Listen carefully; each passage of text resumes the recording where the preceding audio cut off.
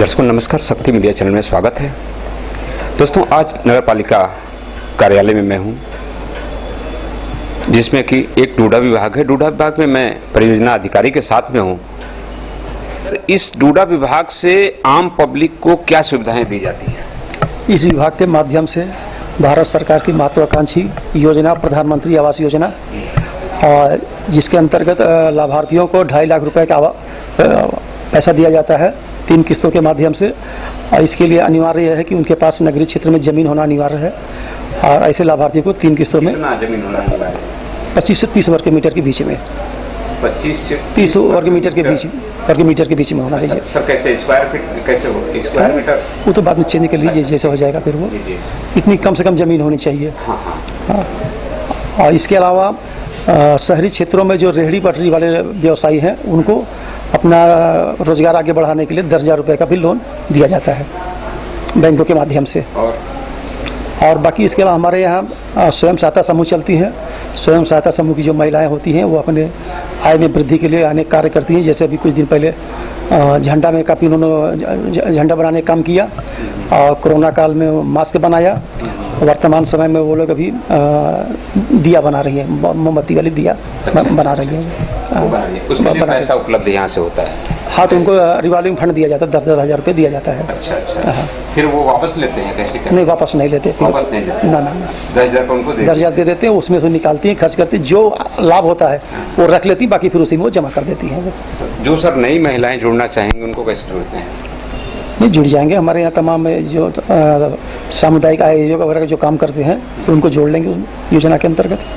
हाँ सर, इस दरमियान पहला सवाल उठता है कि जिनके पास ज़मीनें हैं उनको 2.5 लाख रुपए मिलेगा, तो वो 2.5 लाख रुपए किस हिसाब से उनको देते हैं, कैसे देते हैं, उनको क्या करना पड़ता है? 2.5 लाख के अंदर सबसे पहले तो आवास पास होना चाहिए। अच्छा। जब हम लोग कैंप लगाते हैं, कैंप लगाने के दौरान जो आवेदन आते हैं, फिर उसके बाद में फिर एसडीएम के यहाँ से और अधिशासी अधिकारी के यहाँ पात्रता की जांच होती है। जांच होने के उपरांत सूची जाती है भारत सरकार में, फिर वहाँ से डीपीआर स्वीकृत होता है। डीपीआर स्वीकृत होने के बाद उनकी आईडी वगैरह बनती है कि परिवार में पति पत्नी है तो दोनों का आधार कार्ड वगैरह लगाया जाता है ताकि गलत लाभ लोग न ले सकें। तत्पश्चात फिर वो स्थल पर जा करके जहाँ उनकी ज़मीन होती है वहाँ हम लोग नॉट स्टार्टेड जियोटेक करवाते हैं। प्रधानमंत्री आवास योजना शहरी में एक प्राइवेट संस्था लगी हुई है एसबीएनजी नाम की, जनपद चंदौली में। उन्हीं के जेई और सर्वेयरों के द्वारा ये संपूर्ण कार्य किया जाता है। फिर प्रथम नॉट स्टार्टेड जियोटेक होने के उपरांत 50,000 रुपया उनके खाते में दिया जाता है पहली बार में। इसके बाद फिर वो फाउंडेशन लेवल तक का निर्माण कार्य करते हैं। फिर उसके बाद वो संस्था द्वारा फिर पुनः फोटो खींची जाती है उनकी, तब उसके बाद उस सूची के आधार पर 1.5 लाख रुपये बाद में दिया जाता है ताकि वो छत का अपना निर्माण कार्य कर सके।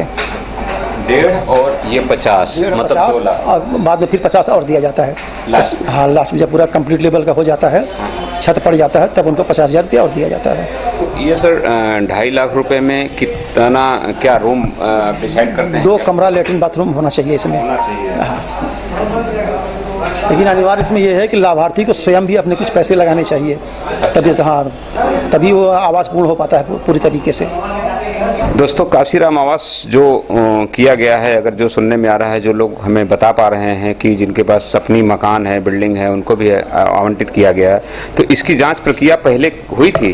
नहीं, तत्काल जिस समय उसका आवंटन किया गया था उस समय कई स्तरों पर जांच हुई थी। जांच होने के उपरांत ही आवंटित आवास किए गए थे। अच्छा।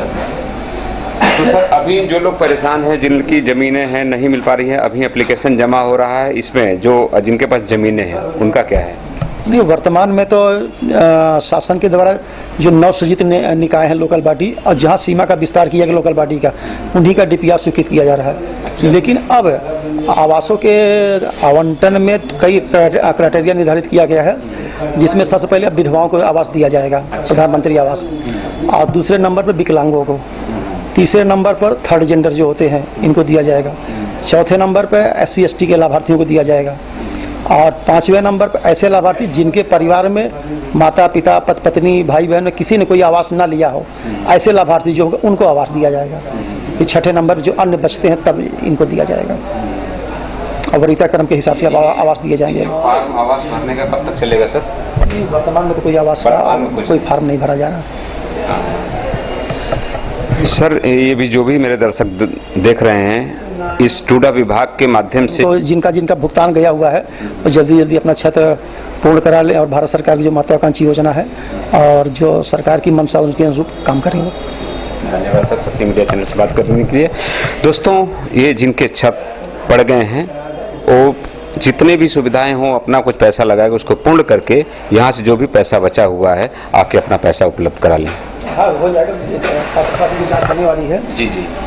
जिलाधिकारी महोदय के द्वारा सेकंड किस्त के लाभार्थियों में से 10% रैंडम उप जिलाधिकारी महोदय के यहाँ से जांच करवा रही हैं।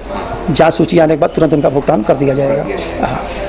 धन्यवाद सर, शक्ति मीडिया चैनल से बात करेंगे। दोस्तों, और से जानकारी मैं देता रहूँगा। नमस्कार।